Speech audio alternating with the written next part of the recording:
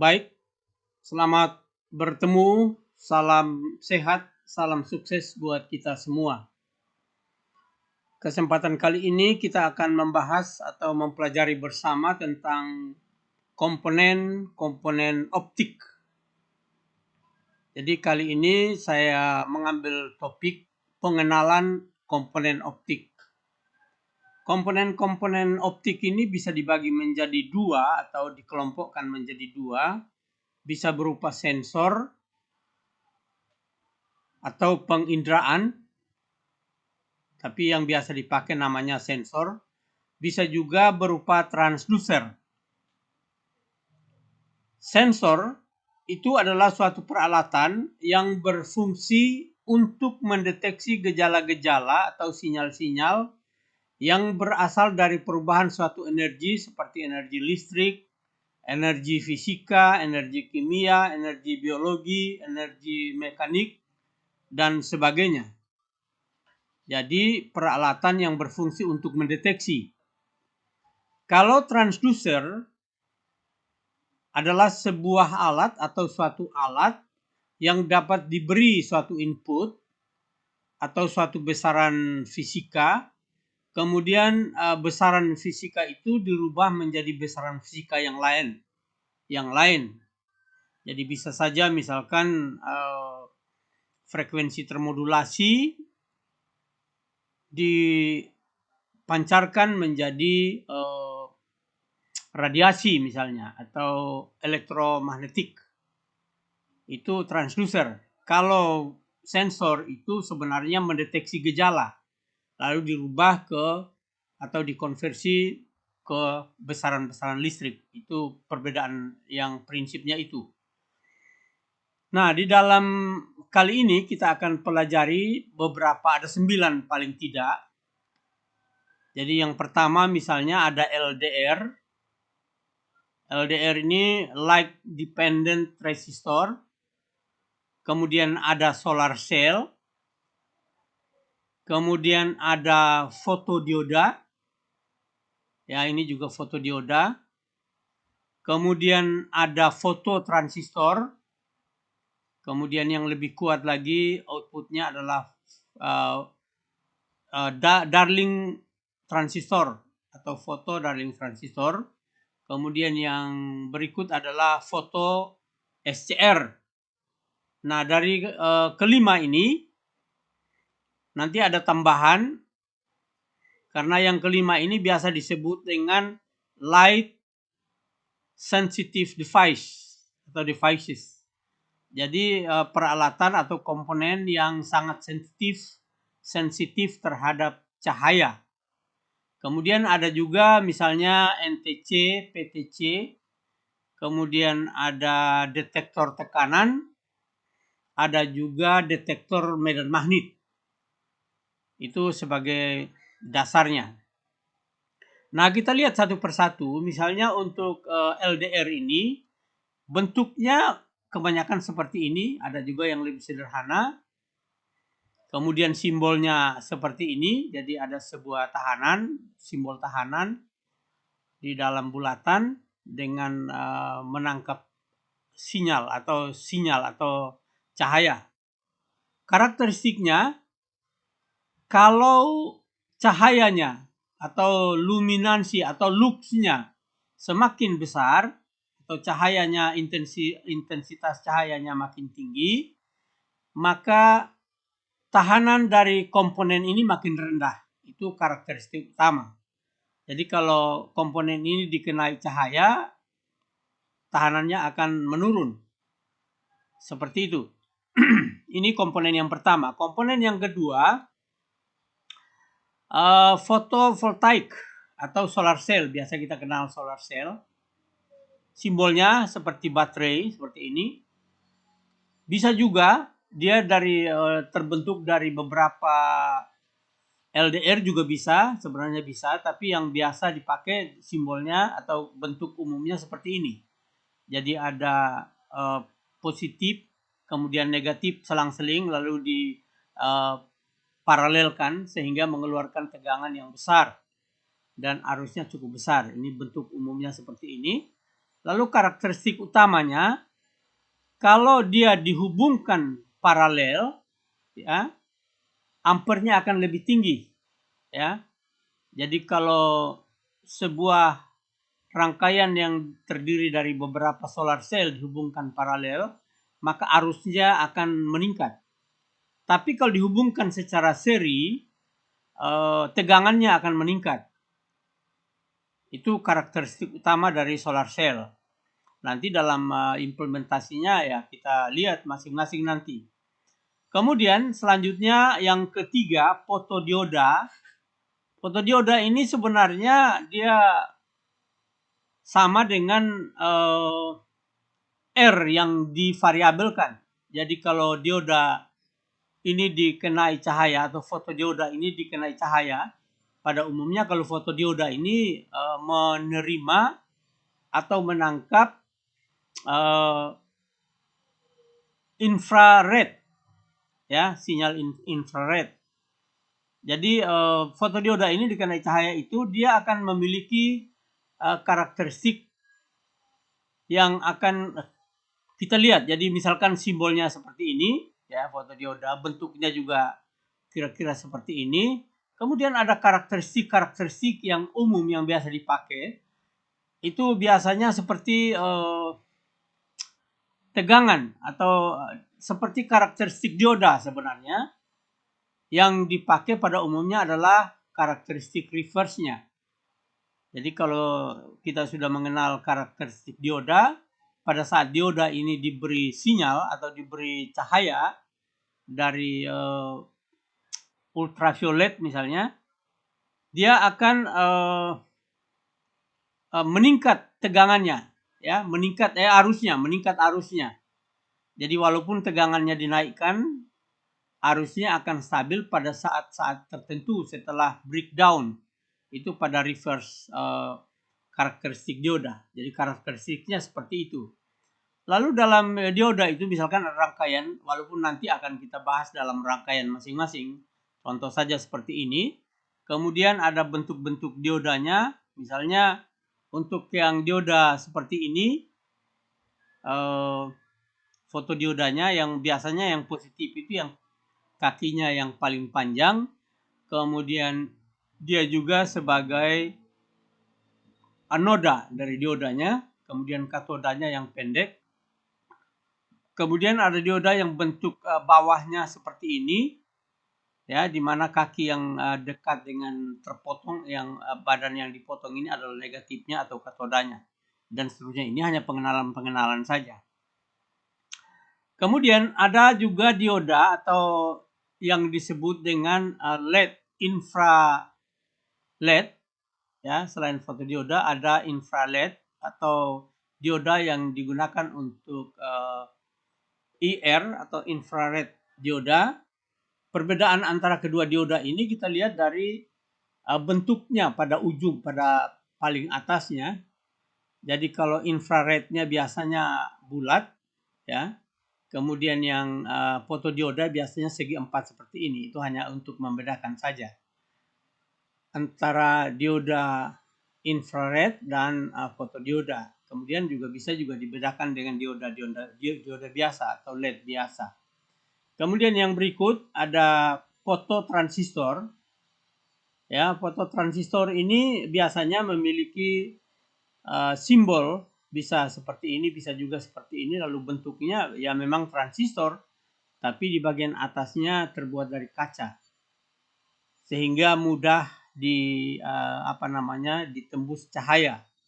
Tapi biasanya cahaya yang menembus atau yang diterima oleh ini lebih bagus adalah sama dengan dioda, yaitu cahaya atau sinar dari infrared, ya, seperti itu. Jadi kalau jika kaki basisnya diberi arus yang besar, ya, maka transistor ini akan kalau basisnya diberi arus, maka dia akan on, jadi bersifat seperti saklar.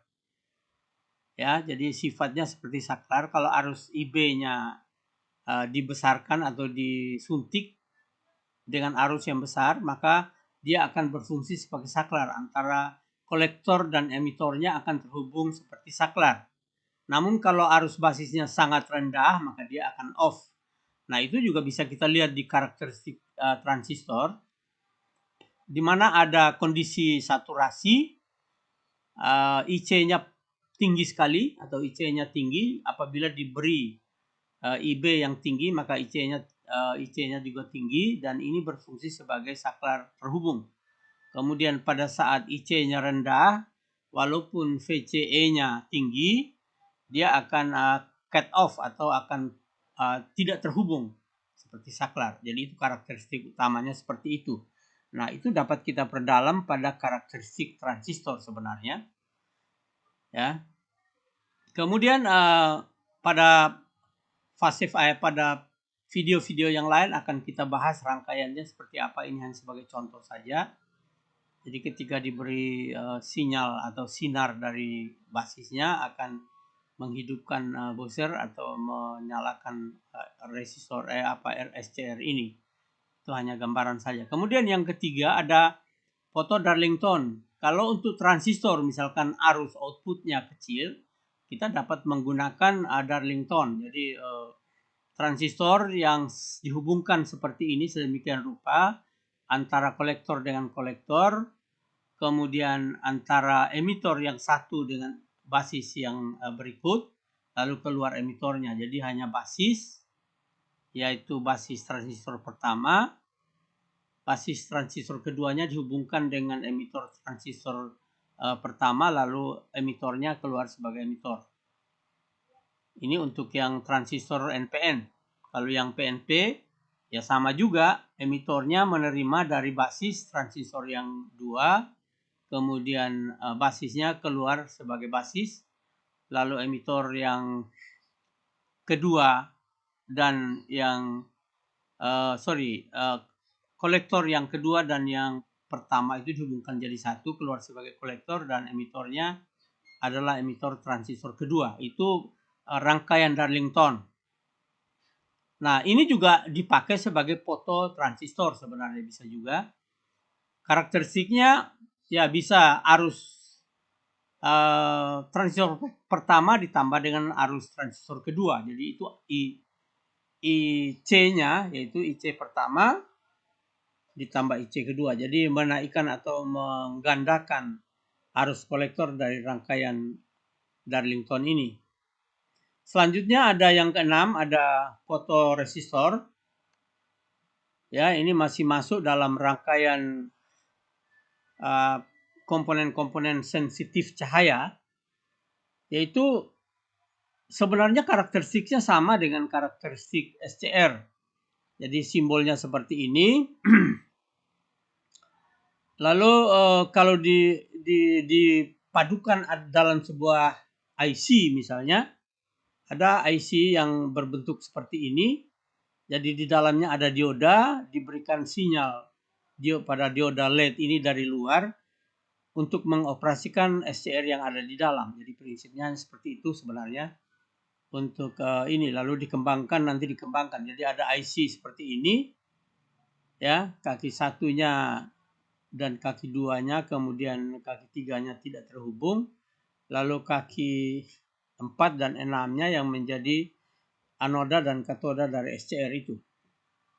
Kemudian karakteristiknya adalah karakteristik SCR. Jadi kita perdalam karakteristiknya, walaupun dia menjadi foto SCR, tapi karakteristiknya sama dengan karakteristik SCR biasa.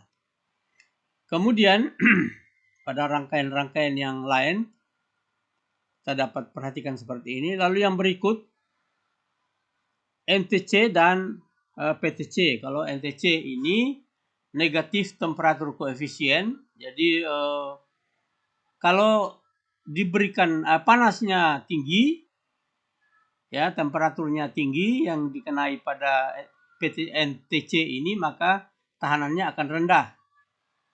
Ya, sebaliknya kalau yang PTC suhu atau suhunya dinaikkan, maka PTC ini tahanannya akan tinggi. Seperti contoh misalnya ini. Jadi kalau temperaturnya naik, ya, tahanannya akan rendah.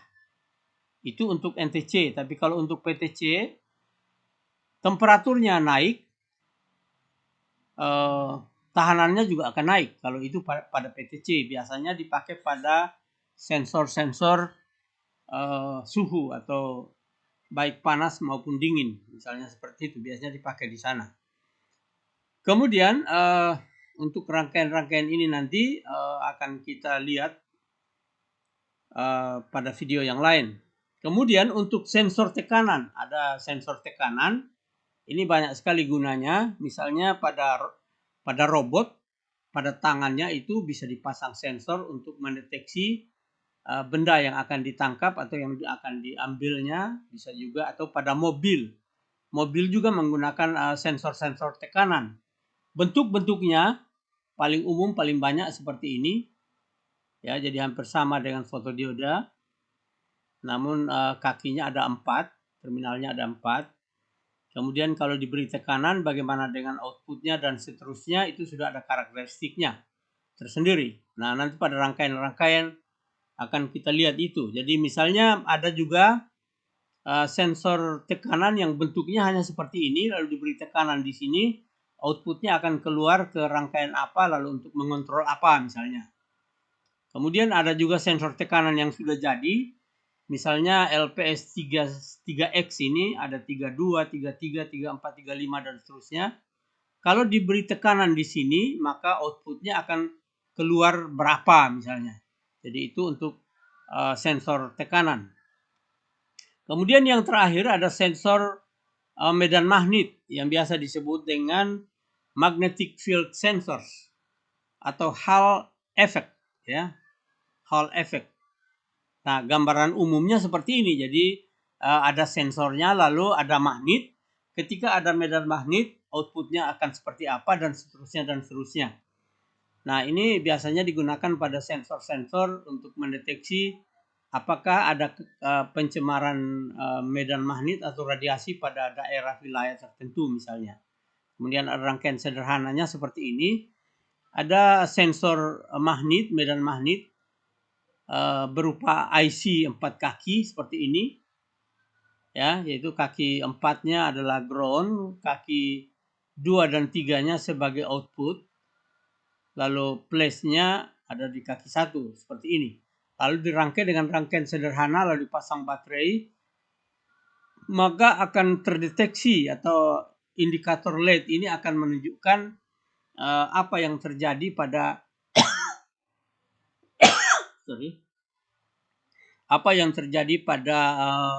sensor ini. Jadi apakah ada kekuatan medan magnet atau tidak akan terbaca di sini. Saya kira untuk pengenalan komponen, jadi paling tidak ada 9 ini yang akan yang sudah kita pelajari. Nanti akan diperdalam pada masing-masing video. Jadi untuk setiap rangkaian setiap komponen ada rangkaiannya, kita lihat dalam rangkaian masing-masing.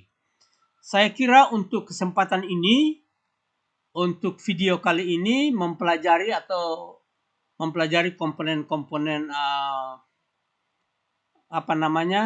komponen-komponen elektronika yang berhubungan dengan optik, ya.